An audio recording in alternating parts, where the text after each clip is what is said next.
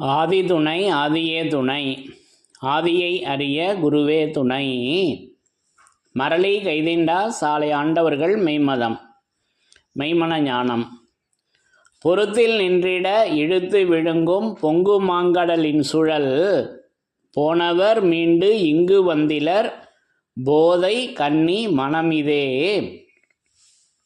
போனவர் மீண்டு மாமிச தேகமாகிய இங்கு வந்திலர் போதை கன்னி மனமிதே. எல்லோருக்கும் நமஸ்காரம்.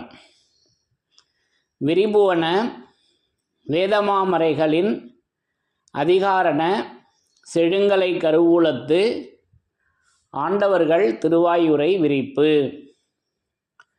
இந்த மெய்ப்பாதை வேறு, வேதம் ஆசான் திருமேனி, வேதத்தை ஓதினாலே புண்ணியம், வேதங்கள் பூராவும் தித்திக்குது.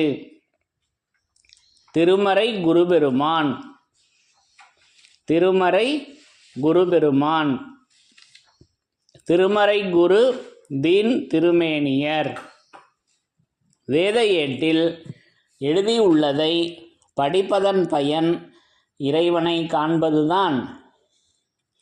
தலைவன் தன்னை அறிந்தவனே குலத்தோன் என்று திருவேதம் உமக்கு உரைக்கச் சொன்னது எம்மை என்ற நமது தெய்வம் அவர்களின் உத்தரவின்படி நமது தெய்வம் அவர்கள் என்றென்றும் நமக்கு திருமறை குருபெருமானாக எப்பவும் நமக்கு விளங்கி கொண்டிருக்காங்க.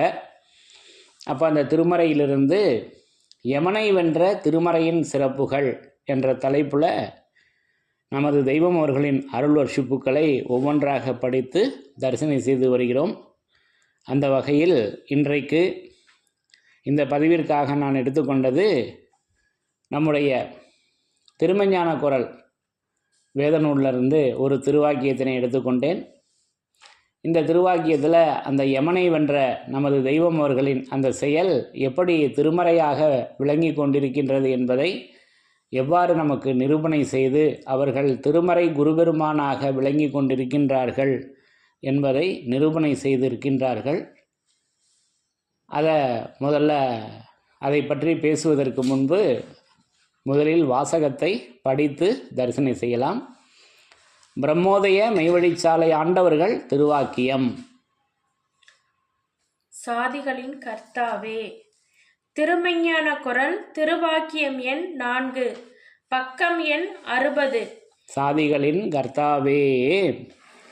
இனி ஒரு பிறப்பு எடுக்க வேண்டும், அதுதான் அறிவை கொண்டு பிறப்பது, நம்முள்ளேயே பிறப்பது. அந்த பிறப்பு அடைந்து விட்டால் யமனுக்கு நம்மிடம் ஜோலி இல்லை. அந்த பிறப்பு அடைந்து விட்டால் யமனுக்கு நம்மிடம் ஜோலி இல்லை.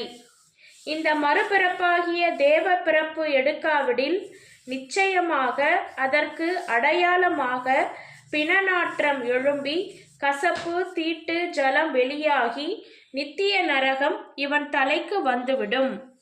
அந்த கோர அவஸ்தையிலிருந்து மீட்பிக்கவே மதம் வந்தது. அந்த கோர அவஸ்தையிலிருந்து மீட்பிக்கவே மதம் வந்தது. ஆகவேதான் அதன் மீது நம்மை அறியாமலேயே அவ்வளவு உயிர் பற்றுதல் இருக்கிறது. தன் தன் மதத்தில் அவ்வாறு பற்றி இருப்பவர்களைத்தான் மெஞ்ஞானிகள் நம்பி ஏற்றுக்கொள்வார்கள். இந்த பற்று இல்லாவிடில் உன்னை நம்ப மாட்டார்கள் என்று நமது குலதெய்வம் பிரம்மோதய மெய்வழிச்சாலை ஆண்டவர்கள் திருவாய் மலர்ந்து அருளி உள்ளார்கள். சாதிகளின் கர்த்தாவே. அப்போ இந்த திருவாக்கியம் இறைவன் மதங்களை உண்டாக்கியது ஏன் என்ற வினாவை எழுப்பி அதற்கு எழில் சிந்தும் விடையாக இந்த அருள் வர்ஷிப்புக்களை இந்த 4வது திருவாக்கியத்தில் நமது தெய்வம் அவங்க எடுத்து வழங்கியிருக்காங்க. அப்போ மதம் அற்புதமாக கேட்குறாங்க தெய்வம் அவங்க. நம்ம பெற்ற தாய், நம்மை வளர்த்த தந்தை, நம்ம பெற்றெடுத்த தாய் தந்தையை குறை சொன்னால் கூட நமக்கு கோபம் வர மாட்டேங்குது. ஆனால் நம்ம மதத்தை யாராவது ஒருவர் இழிவாக பேசிட்டால், குறை சொன்னால் நமக்கு ஒரு கோபம் வருது அல்லவா? அது எதற்காக? அப்போ தாய் எவ்வளவோ, தந்தையை விட தாய் எவ்வளவோ நமக்கு உதவி செய்திருக்காங்க. 10 மாதம் சுமந்து பெற்றெடுத்திருக்காங்க. அப்போது அந்த பாடை பற்றி தெய்வம் அவங்க எடுத்து பேசி வர்றப்ப, உன்னுடைய தலையில் உள்ள தோலை எடுத்து செருப்பாக தச்சு உன்னுடைய தாய்க்கு நீ போட்டாலும் அது ஈடாகாது அப்படின்னு சொல்லி வர்றாங்க. தாயினுடைய அந்த உன்னதத்தை எது நாற்ற கருவறையில் பெற்றெடுத்த தாய்க்கு நல்லா விளங்கிக்கணும். நாற்ற கருவறையில் தானே பெற்றெடுத்திருக்காங்க நம்ம அம்மா. அதுக்கே அவ்வளவு தலையில் உள்ள தோலை எடுத்தோம்னா நம்ம உயிரோடு இருக்க முடியுமா? முடியாது. அப்பேற்பட்ட உதாரணத்தை தெய்வம் அவங்க ஒளிநடாவில் பேசி வருவாங்க. அப்போ அவங்க மேலே ஒரு இழிவாக சொன்னால் கூட நமக்கு கோபம் வரலையாம். ஆனால் மதத்தை இழிவாக சொன்னால் கோபம் வருது. அதற்கு நம்ம வேதத்திலேயே ஒரு பாடலும் கொடுத்துருக்காங்கல்லவா, துலுக்கர் குலம் தனிலும் உண்டோ பெரியோர் என்று சொன்ன கலெக்டர் பிராமணரே ஐயா என்று அந்த தாசில்தாராக இருந்த அண்ணா மைவழி மாசிலாமணி பிள்ளை அனந்தர் அண்ணா அவங்கள பார்த்து, அந்த கலெக்டர் உயர்ந்த ஜாதியில் உனக்கு குரு கிடைக்கலையா, போயும் விடக்கு திங்கிற குலம், அதாவது துலுக்கர் குலத்தில் தானே உனக்கு குரு பெருமான் கிடைக்கணும் அப்படின்னு நமது தெய்வம் அவர்களின் சாதியை குறித்து பேசுனதுனால அவருக்கு எவ்வளோ கோபம் வந்து வேலையவே ராஜினாமா பண்ணிடுறேன்னு சொல்லி அந்த சம்பவங்கள்லாம் நம்ம படித்து கேள்விப்பட்டிருக்கோம் அல்லவா. அப்போ அது பாடலே நமக்கு ஏற்றி அது வேதத்தின் சிறப்பாக வச்சுருக்காங்க. அப்போ தலைவன் தன்னை அறிந்தவனே குலத்தோன் என்று திருவேதம் உமக்கு உரைக்கச் சொன்னது எம்மை என்று சாட்டையடி பதிலை அந்த கலெக்டர் அண்ணாவுக்கு தெய்வம் அவங்க எழுதி அனுப்புகிறாங்க. இதெல்லாம் நம்ம ஏற்கனவே நடுவுக பேசியிருக்கோம். அப்போ அதை விட அப்போ அந்த மதம், சாதி, மதம் என்பதையெல்லாம் ஒன்று தான். கூடவே ஒன்று சொல்லி வர்றாங்க, வேதம் என்பதையும் சொல்லி வர்றாங்க. அப்போ அதை வந்து நமக்கு பல இடங்களில் நமக்கு மின்னி காமிக்கிறாங்க. 292வது திருவாக்கியத்தில் எல்லா வேதங்களுக்கும் மதங்களுக்கும் சாதிகளுக்கும் உரியவர் நாமே. நாம் இஸ்லாத்திலே பிறந்தாலும் சைவம் நாம் தான். தெய்வம் அவங்க இஸ்லாத்தில் தானே பிறந்து வர்றாங்க, அதை பேசி வர்றாங்க. ஏன்னா அதில் உள்ள நித்திய முத்தி செயல் எம்முடைய கையில் தான் இருக்கிறது. வைணவமும் நாம் தான், சொராஷ்டிரமும் நாம் தான், பௌத்தமும் நாம் தான் அப்படின்னு பேசி வந்து தான் கடைசியில் எல்லா வேதங்களுக்கும் மதங்களுக்கும் சாதிகளுக்கும் உரியவர் நாமே. 3 ஒன்றா கொடுக்குறாங்க பாருங்க. இது நம்ம 3 தனித்தனியாக நினச்சிக்கிட்டு இருக்கோம். அது 3ம் ஒன்று தான், விளங்கிக்கிட்டோம். சாதி தான் மதம், மதம் தான் வேதம். அப்போ இதை வந்து நமக்கு மகா சங்கல்ப மந்திரத்தில் பேசி வர்றப்ப நம்மை பரமபத நித்திய மகிழ்ச்சி வாழ்வு வரத்தில் ஏற்றவே, இந்த உலக மக்கள் எல்லோரையும் பரமபத நித்திய மகிழ்ச்சி வாழ்வு வரத்தில் ஏற்றவே சதுர்யுகத்திலும் உண்டான எல்லா சாதி மத வேதங்களும் வந்து இருக்க. 3ஐயும் கொடுக்குறாங்க பார்த்தீங்களா. இப்படி அது எல்லாத்தையும் கலந்து தான் கொடுக்குறாங்க. இன்னும் ஒரு சில இடத்துல 2 பேசி வருவாங்க.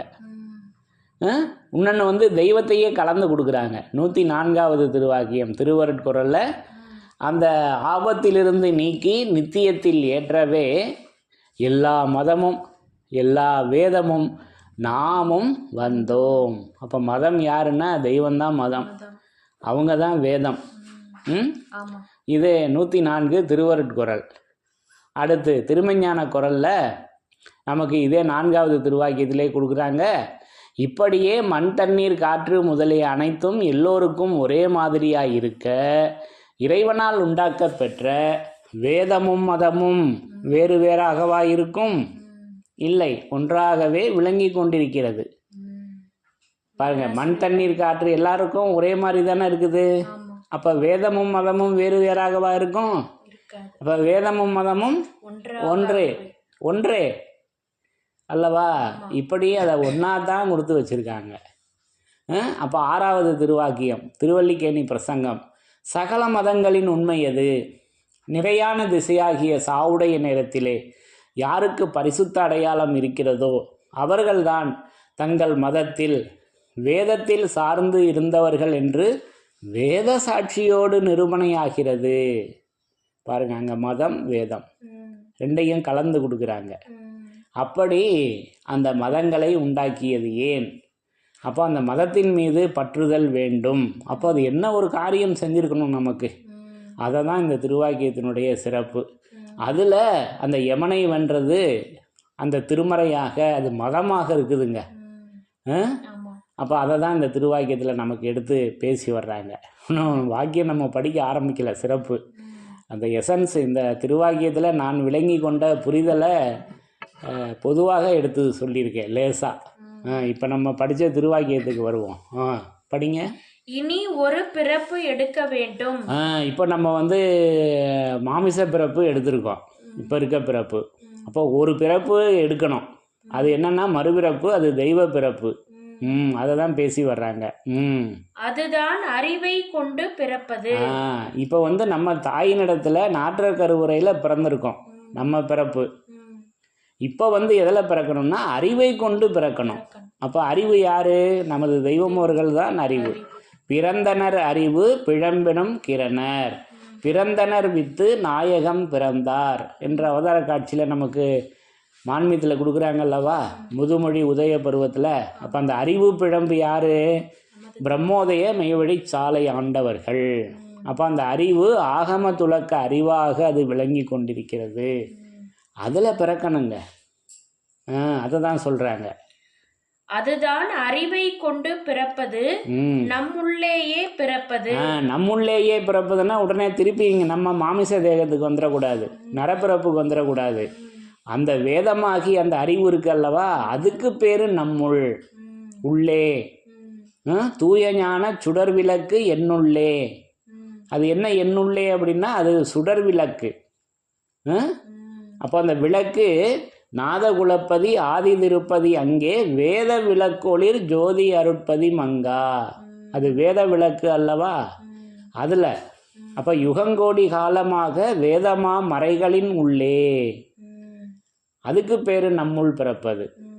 இப்படி அதை நான் உணர்கிறேன். அந்த பிறப்பு அடைந்து விட்டால் யமனுக்கு நம்மிடம் ஜோலி இல்லை. இந்த பிறப்பு அறிவு பிறப்பு நம்முள்ளேயே, அந்த அறிவாகிய நம்முள்ளேயே பிறக்கிற பிறப்பை நம்ம பெற்றுக்கிட்டோம்னா யமனாகிய அந்த யமனுக்கு நம்ம இடத்துல ஜோலி இருக்கா? வேலை. ஜோலி என்றால் வேலை. வேலை இருக்கா யமனுக்கு நம்மகிட்ட? வேலையே இல்லை. ஏன்னா நம்மக்கிட்ட சிவன் வந்துடுறார் அல்லவா, சிவன்கிட்ட நம்ம போய் பூந்துக்கிறோம் தெய்வத்தினிடத்தில். அப்போ யமன் பயந்து ஓடிடுறான், பின்னங்கால் பட்டரியில் படுற மாதிரி ஓடிடுறான். அதை தான் இங்கே பேசி வர்றாங்க. இன்னொரு தடவை பாருங்க. நம்முள்ளேயே அந்த பிறப்பு அடைந்து நம்முள்ளேயே பிறப்பது, அந்த பிறப்பு அடைந்து விட்டால் யமனுக்கு நம்மிடம் ஜோலி இல்லை. யமனுக்கு நம்மிடம் ஜோலி இல்லை. இந்த மறுபிறப்பாகிய தேவ பிறப்பு எடுக்காவிடில் நிச்சயமாக அதற்கு அடையாளமாக பிணநாற்றம் எழும்பி கசப்பு தீட்டு ஜலம் வெளியாகி நித்திய நரகம் இவன் தலைக்கு வந்துவிடும். பாருங்க, அதுதான் அந்த அடையாளத்தை யமன் வெளியாக்கிடுறான். கசப்பு தீட்டு பிறநாற்ற ஜலத்தை அந்த இறுதி தருவாயில வெளியாக்கிடுறான். அந்த கோர அவஸ்தையிலிருந்து மீட்பிக்கவே மதம் வந்தது. அந்த கசப்பு தீட்டு பிணநாற்ற ஜலம் வெளியாகிற அந்த கோர அவஸ்தையிலிருந்து மீட்பிக்கவே மதம் வந்தது. அப்போ நம்முடைய அந்த மீட்புக்கு தலையாகி அந்த முறையான வணக்கம், மாசற்ற இரக்கம், வருங்கால தீர்க்கம், இம்மூன்றும் மந்திரஸ்திரம். அப்போ அந்த மந்திரஸ்திரமாகி அந்த மதம். அப்போ அது உய்ய வீடு ஏற்ற வந்த உளபல மதங்கள் எல்லாம். இப்போ இன்னைக்கு கூட புனரங்க தேவாலயத்தில் ஐவனத்தளிர் படித்தாங்கல்லவா, அதில் வருதல்லவா, உய்ய வீடு ஏற்ற வந்த உளபல மதங்கள் எல்லாம். எதற்காக மதங்கள் வந்தன? உய்ய வீடு. அந்த வீடு அது விடிந்தது வேத வீடு, விளைவுறு நிதிகள் யாவும் என்று பேசி வர்றாங்கல்லவா, அதற்காகத்தான் அந்த மதம் வந்தது. ஆகவேதான் அதன் மீது நம்மை அறியாமலேயே அவ்வளவு உயிர் பற்றுதல் இருக்கிறது. இதுதாங்க விஷயம். அதனாலதான் நம்ம தாய் தந்தையை விட அந்த மதத்தின் மீது, நாம் சார்ந்துள்ள மதத்தின் மீது, சாதியின் மீது வேதத்தின் மீது நம்மை அறியாமலேயே உயிர் பற்றுதல் வருது இருக்கிறது. அல்லவா? அதுக்கான காரணம் இதுதான். தன் மதத்தில் அவ்வாறு பற்றி இருப்பவர்களைத்தான் மெஞ்ஞானிகள் நம்பி ஏற்றுக்கொள்வார்கள். இந்த பற்று இல்லாவிடில் உன்னை நம்ப மாட்டார்கள். அப்போ இங்கே இந்த திருவாக்கியத்துல நமக்கு அந்த கோர அவஸ்தையிலிருந்து மீட்பிக்கவே மதம் வந்தது. அந்த வரி படிங்க இன்னொரு தடவை. அந்த கோர அவஸ்தையிலிருந்து மீட்பிக்கவே மதம் வந்தது. அந்த கசப்பு தீட்டு பிறநாற்ற ஜலம் நமக்கு வந்துருச்சு அப்படின்னா அது கோர அவஸ்தை தானே. அந்த கோர அவஸ்தையிலிருந்து மீட்பிக்கவே மதம் வந்தது.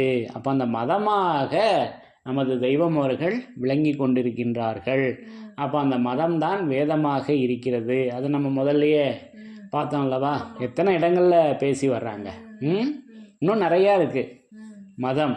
அது மிகுந்த வேத மதங்கள் பலவேலாம் காலந்தாட்டிய காரணப்பா. உகந்ததே ஒரு சோழினா பைக்குள்ளே. அது சோழினா பையல்லவா, அவர்களுடைய ஆளவாய். இப்படி நம்முடைய வேதமாமறைகளில் அந்த மதத்தினுடைய லட்சணங்களை, அதனுடைய சிறப்புகளை அது திருவேதமாக அந்த மதம் நமது தெய்வம் அவர்களாகவே விளங்கி கொண்டிருக்கின்றார்கள். இப்படி அதை நான் உணர்கிறேன். ஆகவே நமக்கு வருகின்ற அந்த யமனுடைய அந்த கோர அவஸ்தையிலிருந்து மீட்பிக்கவே மதம் வந்தது என்பது அது நம்மை பரமபத நித்திய மகிழ்ச்சி வாழ்வு வரத்தில் ஏற்றவே சதுர்யுகத்திலும் உண்டான எல்லா சாதி மத வேதங்களும் வந்து இருக்க என்று மகா சங்கல்ப மந்திரம் சாட்சி சொல்லுகிறது என்பதை இந்த திருவாக்கியத்தின் மூலம் நான் விளங்கி கொண்டேன். ஆக நம்மை அந்த யமனுடைய அந்த அவஸ்தையிலிருந்து மீட்பிக்க அந்த மதம் வந்தது நமக்கு. அது திருவேதமாக நமக்கு அந்த மதத்தை வைத்திருக்கின்றார்கள். அதற்கு பெயர் சாதி. அதற்கு பெயர் சாதி அல்லவா? அவர்களுடைய நினைவில் நின்று சாதிக்கின்ற தீ. அந்த சாதி நம்ம நினச்சிக்கிட்டு இருக்க சாதி அல்ல. இப்படி 2 விதமான காட்சிகளை அது இன்னும் அகமியத்தில் வச்சுருக்காங்க. ஆக இப்படி அது மதம் வேதம் சாதியாக அந்த யமனுடைய அந்த அவஸ்தையிலிருந்து மீட்பிக்கவே அந்த மதம் வந்தது என்பதை இப்படி நமக்கு எடுத்து சொல்லி, ஆக இப்படி ஒவ்வொரு இடங்களிலும் நமக்கு அவர்கள் திருமறை குருபெருமானாக நமது தெய்வம் அவர்கள் விளங்கி கொண்டிருக்கின்றார்கள் என்பதை நிரூபணை செய்து, அந்த யமனை வென்ற திருமறையாக அந்த மதம் விளங்கி கொண்டிருக்கின்றது என்பதை நான் இந்த திருவாக்கியத்தின் மூலம் விளங்கி கொண்டேன் என்று கூறி, யமனை வென்ற திருமறையின் சிறப்புகள் தொடரும். தலைவன் தன்னை அறிந்தவனே குலத்தோன் என்று திருவேதம் உமக்கு உரைக்கச் சொன்னது எம்மை. யமனை வென்ற திருமறையின் சிறப்புகள் தொடரும். எல்லோருக்கும் நமஸ்காரம்.